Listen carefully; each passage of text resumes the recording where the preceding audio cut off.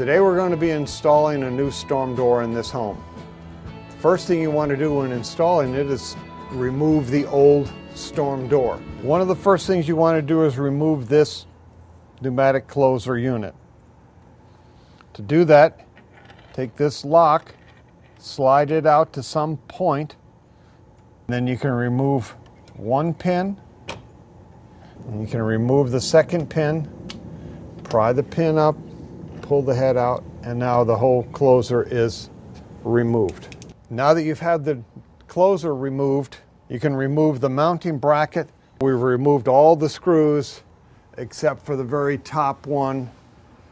We left the top one in to hold the door in place.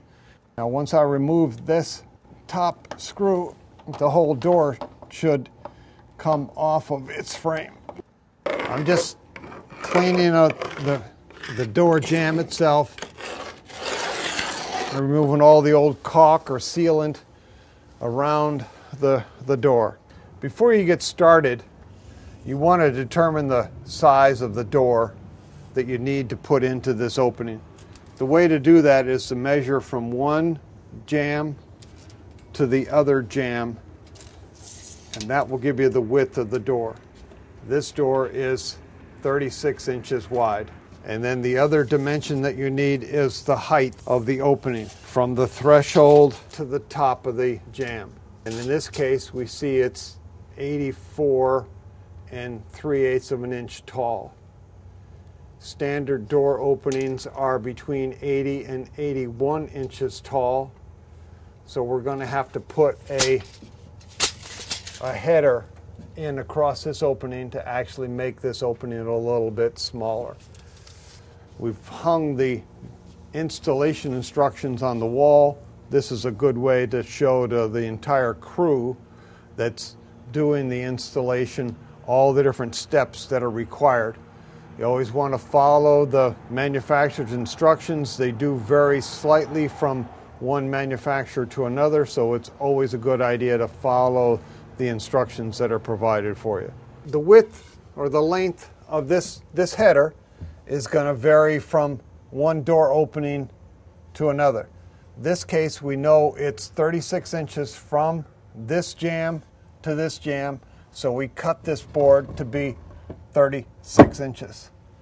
And that's where we want to mount this new header on top of the door to decrease this opening down so it's between 81 and 80 inches tall from the bottom of this header to the top of the door threshold. We're just giving ourselves an indicator mark here. We've made this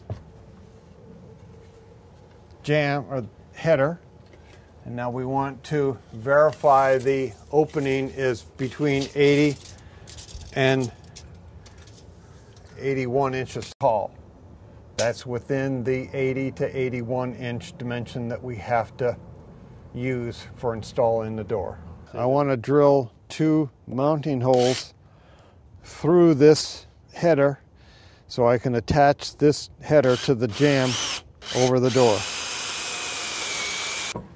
I want to attach this header in place, but before I do that, I want to apply caulk around the inside of this jamb here to seal this header, make this door opening completely watertight.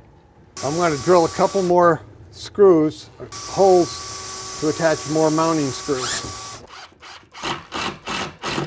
Now I want to provide a watertight seal around this new header I put in place. Fill in these holes also where the mounting screws were. One's in the face, one in the bottom. Smooth everything out. Make sure that the caulk that you use around any of the trim is paintable.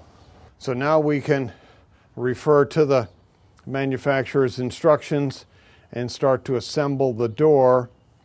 And I believe the first thing we need to do is to put the hinge on the door. We need to cut the length of the hinge so it fits into the opening that we have now created. So I'm going to measure this opening again, and my opening here is 80.5 inches tall. So that'll be the length of this jamb or hinge, the metal piece that we do cut. One of the things you want to do is to check and make sure that this opening that you have created is square. Take a metal square or square unit, slide it up against the jamb, against the header. And there shouldn't be any gaps along this edge, and I can see that that's tight in there, so I know that this is a square corner here. Do the same thing over here on the latch side, and I can see again that there's no gap around here, so I know that that is good, and that's a good square opening. Every installation is going to be a little bit different.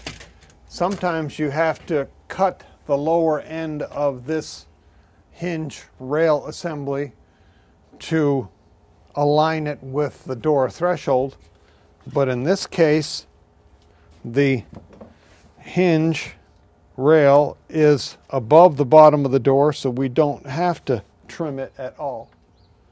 Following the manufacturer's instructions, you'll have to determine if it's a left or a right hand hinge setup. In this case, it's going to be a left-hand door swing. Following the manufacturer's instructions, we attached the top hinge and the bottom hinge using the pre-drilled screw holes. Following the instructions, we want to use a 1/8 inch drill bit and drill additional pilot holes to securely mount this hinge. Now that we have the hinge rail in place, and provide an extension piece for the hinge rail that gets slid into place. You can actually see that it's cut at a slight angle. This angle is consistent with the angle of the threshold, allowing any water to be directed away from the door itself. Just hang it on this one screw right. Okay, I actually want to pull it out. Okay, I'm hanging this screw. Since this one screw here is holding the whole thing, I just pushed that plastic extender for the rail down so you got good contact to the door threshold itself. Now we can attach all the rest of the mounting screws to hold the jamb, to hold the rail onto the jamb itself. As part of the kit, to extend the weather stripping down over that plastic extender for the vertical rail. The next installation is the drip cap, and that gets inserted like so. And there's 3 screws into the face that hold it in place. We have the extender in place for the latch side rail. Now we can position it in place. Okay, I got the top in here. We'll just have to push the bottom. Then I can pre-drill holes that are already drilled from the factory, pre-drill those into the jamb. Pre-drill the first hole. Now I'll go ahead and attach this in place. Just do one last trial fit, make sure everything lines up nice. Now we're going to put the expander onto the bottom of the door. You can see this little extrusion here, and we're going to insert this flexible weather seal into that extrusion. Give it a good crimp. That'll keep the sweep from moving back and forth. Slide this over till it's positioned, balanced on the door from right to left. I have 2 mounting holes, little slotted holes, to attach this expander onto the bottom of the door. I'm trying to do it in the center of this slot, so I have some adjustment. I have some vertical adjustment left. You could use this electrician's tool to tap this hole which will actually cut threads into the aluminum frame of the door and provide an easier connection when you insert the screw to hold this expander in place. Take the little very tiny mounting screw. It's best to use a handheld screwdriver to run this in place so you avoid breaking the screw.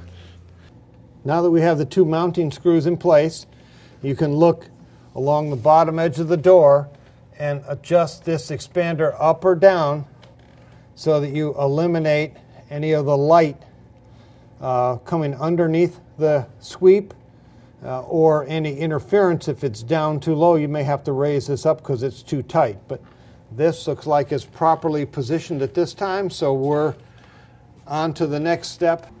Now that you have the door assembly put together, everything is swinging free and clear, you can put the latch assembly in place.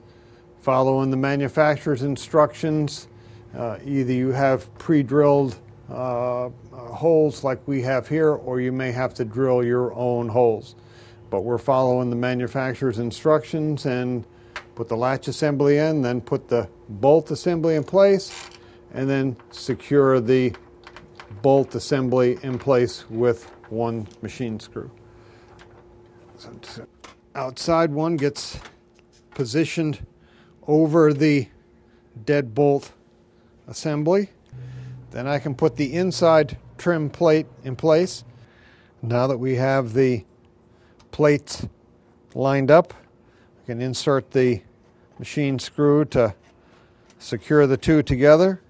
Get the bottom one, tighten that one lightly in place. So now one of the last steps we need to do is to actually put the closer on the door. Again, following the manufacturer's instructions, they want you to take the mounting bracket and attach it 1 inch down from the top of the door. So I'm going to take the rod end of the closer unit, put it into the mounting bracket, and align so everything's in there nice and tight. Then I use this clip provided by the manufacturer, pull the closer out, put the clip on there. I'm going to position the mounting bracket on the door. I'm going to insert this pin in here. Okay, so now I got the pin in the mounting bracket. Close the door over. Position the mounting bracket on the door. Look and make sure that this closer's in a horizontal position. I'm going to use a sharp tool to mark the center of the hole. Now I want to drill this hole in the door itself. Tighten that down.